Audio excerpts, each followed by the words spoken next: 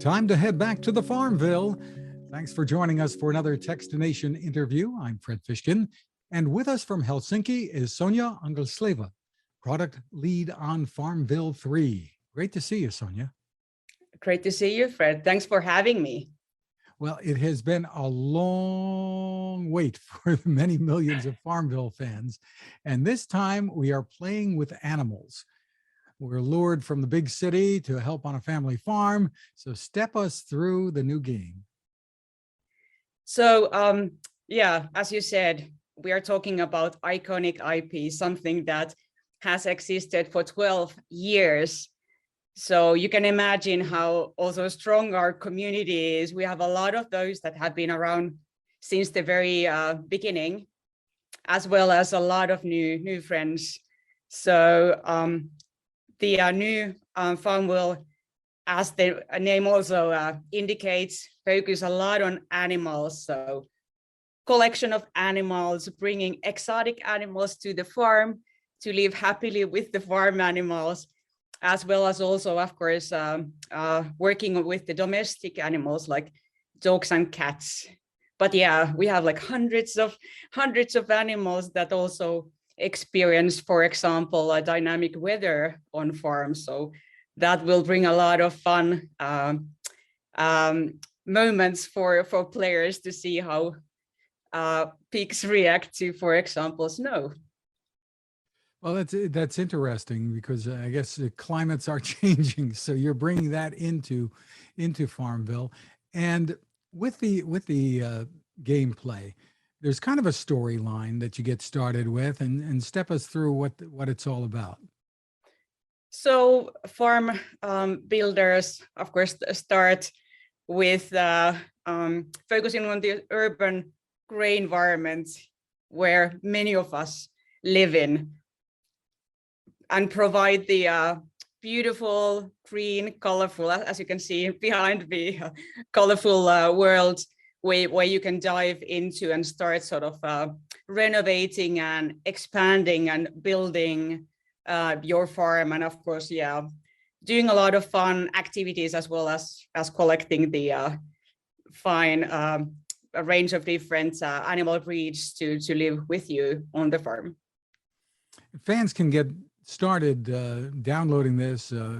They can get started for free, but of course the game is designed to generate money for Zynga. Describe how that works. Yeah, so FarmVille 3 is a free to play game. So yeah, majority of players play it free, but of course we also have to figure out like ways to provide additional value for players.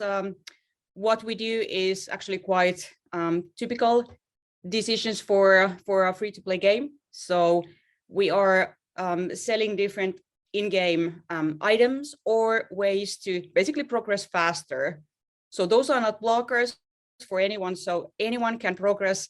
But of course, the others might, get to new expansions or new breeds a bit faster. But yeah, it's not only that.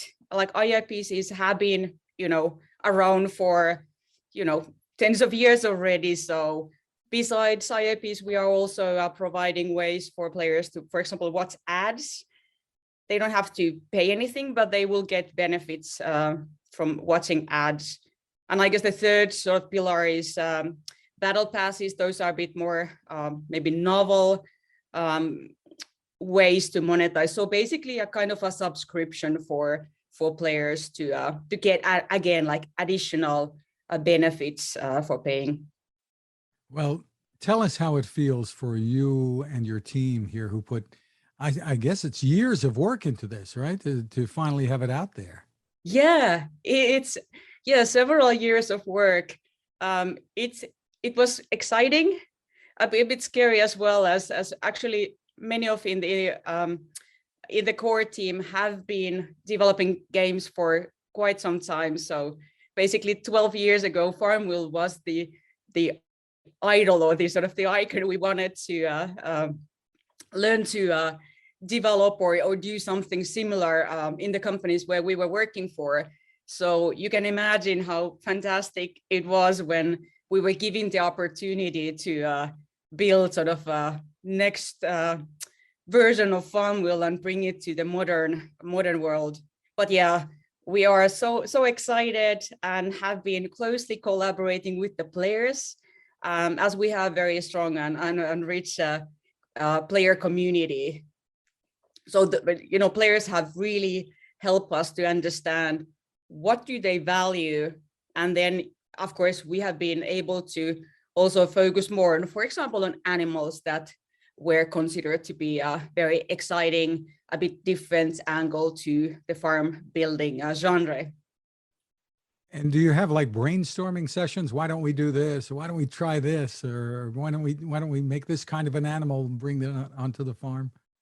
Indeed, we do, and it's really thanks to the biodiversity and the sort of the richness of this world.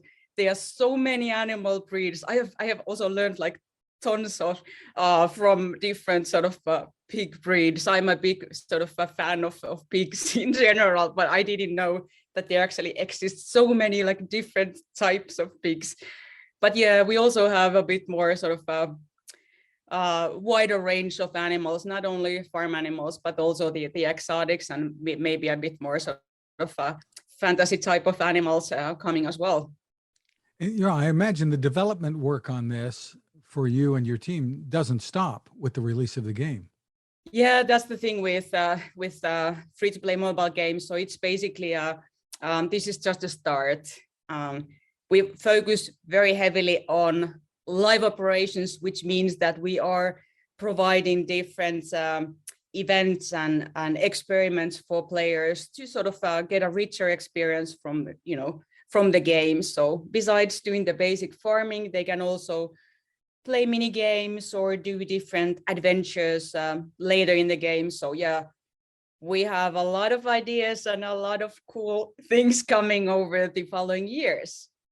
And you're available on which platforms now? So we are available on mobile platforms, iOS and Android, but we also provide the game on M1 Max.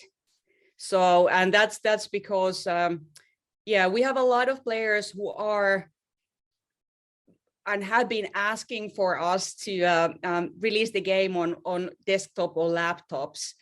And M1 Max actually was great alternative and easy sort of way to expand the reach by also providing a point of play for those that want to play on desktop or laptop devices. Will other platforms be coming, or is this pretty much what you're sticking to? So Zynga is a very big believer of cross-platform. Currently, we are looking at what the players are asking for. So for now, we are with iOS, Android, M1s, and if time will tell. If players are really passionate about getting FarmVille 3 on consoles or other platforms, of course, we are here to serve. So with all the long hours it takes to put this together, especially I guess coming up to when you just before you release it, does it make you want to pack it in and head for a farm? Yeah, actually, we have been a bit like dreaming of doing that, but the COVID-19 times have made it way more challenging. But the one thing in Finland is that many of us have actually like summer cottages, so it's not a farm; it's just a sort of a peaceful place by the lakeside. But still, it's a bit of something else, from the city life. And in the long dark winter, that's a great time to be playing FarmVille, right? Exactly. Yeah, we need those sunny weather and happiness that the animals bring to our lives to carry us through the dark months of the winter. Well, once again, it's FarmVille 3. The focus is on animals, and congratulations on getting it out the door and the innovation that you've put in, all the work. Thank you.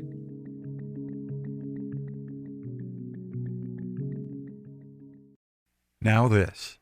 It takes a lot of listening to build a better radio, and that's just what the folks at C. Crane have done. Bob Crane and his crew, nestled among the rivers and tallest trees in the world in Fortuna, California, have made a habit of listening to their customers.